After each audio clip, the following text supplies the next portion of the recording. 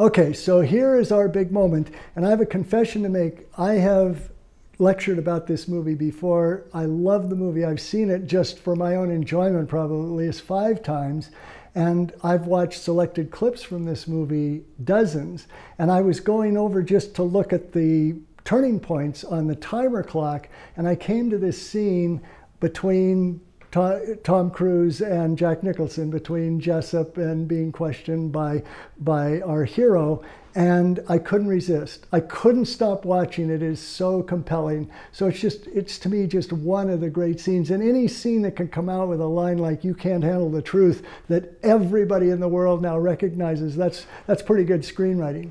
So anyway, all that's left in the climax is for everything to play itself out.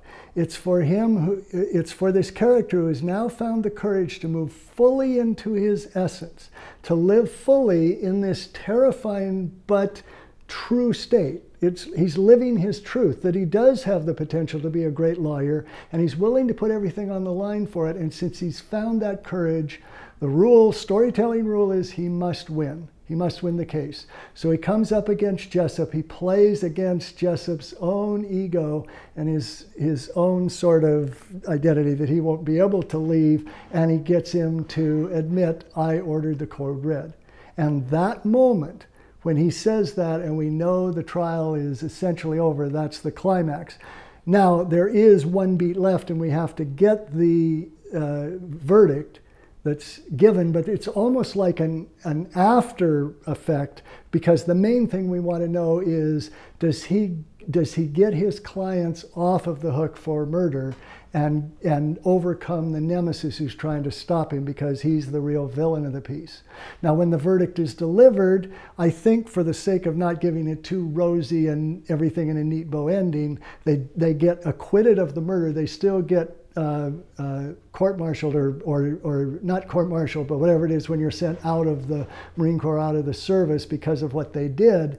But then he passes on his wisdom to them, because now we've moved into the final stage, what I call the aftermath. We need to see the new life the hero is living now that he's made this journey, now that he's found the courage to transform, now that he's accomplished his goal. And so what we see is, after they take Jessup away and the verdict is delivered, he goes to Dawson and Downey. He says, "You don't need to wear a uniform to have a code and to find honor." What he's also saying is, you gave me that. You taught me to have a code. You taught me to be honored, because his code is the law. He says at one point in the movie, "I know the law."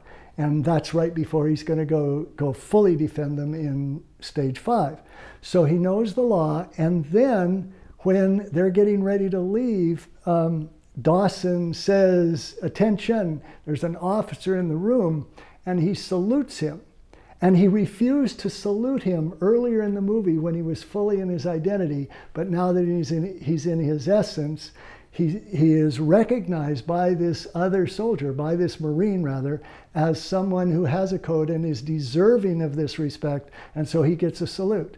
And then they leave, and then the final thing is him saying, "So this is what a courtroom looks like," and then he leaves, and we know he's going to go on to have the rewards of doing this. And one of the key things also to notice about this scene is not only are Downey and Dawson helped, but the law has been served because Jessup is gone, and there's something about everything is in a better place than it was before. And this is one of the things that you want to show in the aftermath, that the hero's courage not only benefits him, but benefits those around him as well. And by implication, benefits the audience as well, because it is my belief that when we empathize with a character who's able to transform and find that kind of courage, because we've become that character subconsciously, it means we've had the experience of being courageous. We've had the experience of living our truth. We've had the experience of showing that kind of bravery and having a little piece of that transformation. And I think that's one of the great things we take away from from great stories is we take away an understanding and experience of courage, and we can put that into our own lives and maybe just be a little bit more courageous in our own lives in facing our own obstacles and overcoming our own identities to live our truth as well.